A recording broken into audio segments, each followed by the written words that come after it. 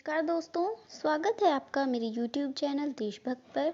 दोस्तों, आज की अपनी इस वीडियो में हम आपको जगन्नाथ मंदिर से जुड़े कुछ चमत्कार और अमेजिंग फैक्ट्स के बारे में बताएंगे, जिन्हें विज्ञान भी नमस्कार करता है। दोस्तों, इस मंदिर की बहुत सी विशेषताएं हैं और यहाँ के चमत्कारों को देखकर कोई भी अनदेखा नहीं कर सकता। तो आज की अपनी इस वीडियो में हम आपको इस मंदिर से जुड़े कुछ रहस्यों के बारे में बताएंगे। दोस्तों, जगन्नाथ धाम चार धाम में से एक है।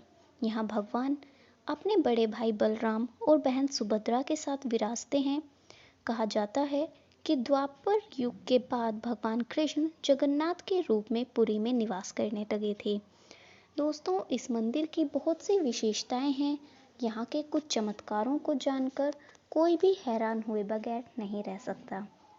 तो आज की अपनी इस वीडियो में हम आपको भगवान जगन्नाथ के इस पावन धाम के कुछ रोमांचक तथ्यों के और रहस्यों के बारे में बताएंगे। तो आप मेरे साथ आखिर तक बने रहिएगा। दोस्तों, यहाँ पर लगा ध्वज वो हमेशा हवा के विपरीत दिशा में लहराता है। दोस्तों, जगन्नाथ मंदिर के ऊपर स्थापित लाल ध्वज सदैव हवा के विपरीत दिशा में लहराता है। ऐसा किस कारण होता है ये कोई नहीं जानता, लेकिन ये अपने आप में एक आश्चर्यचकित कर देने वाली बात है।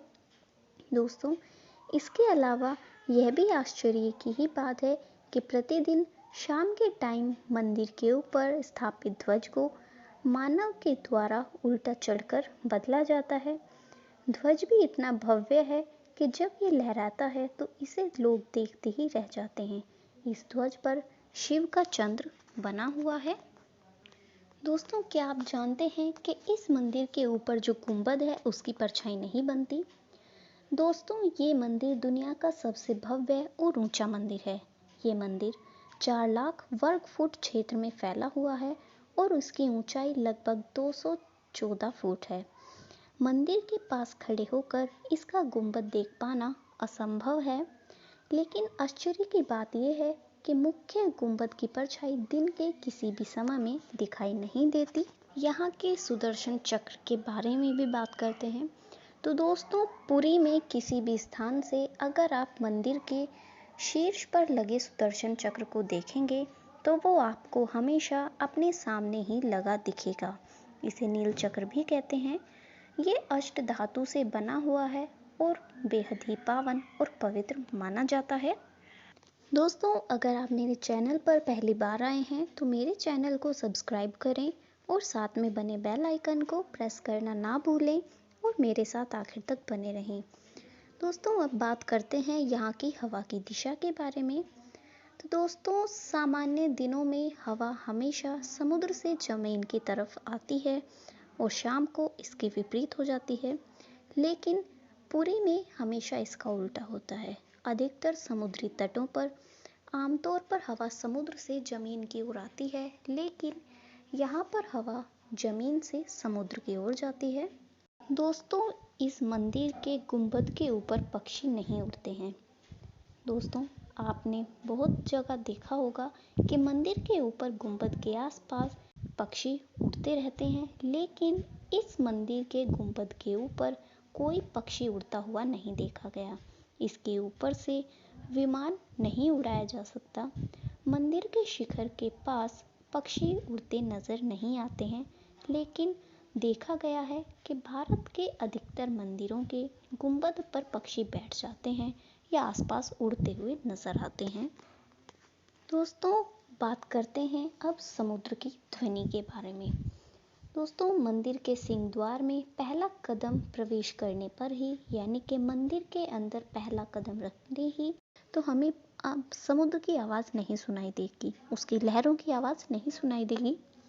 लेकिन जैसे ही बाहर कदम रखेंगे हमें समुद्र की लहरों की आवाज़ सुनाई देने लग जाएगी। दोस्तों, इसे शाम को स्पष्ट रूप से अनुभव किया जा सकता है। इसी तरह मंदिर के बाहर स्वर्ग द्वार है, जहाँ पर मोक्ष प्राप्ति के लिए शव जलाए जाते हैं, लेकिन जब आप मंदिर से बाहर निकलेंगे तभी आपको लाशों के जलने की गंध महसूस होगी। दोस्तों, इस मंदिर में रूप बदलती मूर्ति है। यहाँ श्री कृष्ण को जगन्नाथ कहते हैं। जगन्नाथ जी के साथ उनके भाई बालभद्र, बलराम और बहन सुभद्रा विराजमान है। तीनों की ये मूर्तियां काठ की बनी हुई हैं। यहाँ प्रत्येक 12 साल में एक बार नवीन कलेवर होता है। ये मूर्तियां नई जरूर बनाई जाती हैं, लेकिन आकार और रूप वही रहता है।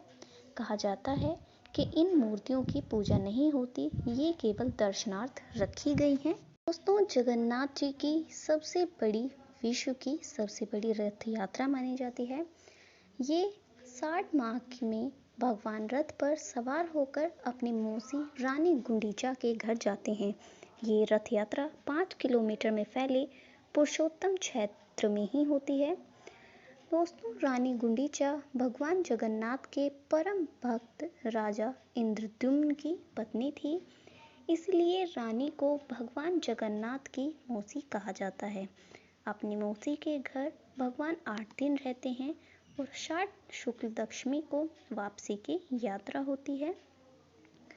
दोस्तों, इस वीडियो में फ़िलहाल इतना ही। आशा करती हूँ कि आपको ये वीडियो पसंद आई होगी। आगे भी मेरे साथ बने रहने के लिए और ऐसी वीडियोस और जानकारी के लिए मेरे चैनल को सब्सक्राइब करें और साथ में बने बेल आइकन को प्रेस करना ना भूलें और मेरी वीडियोस को ज़्यादा से ज़्यादा लाइक और शेयर करें। जय हिंद।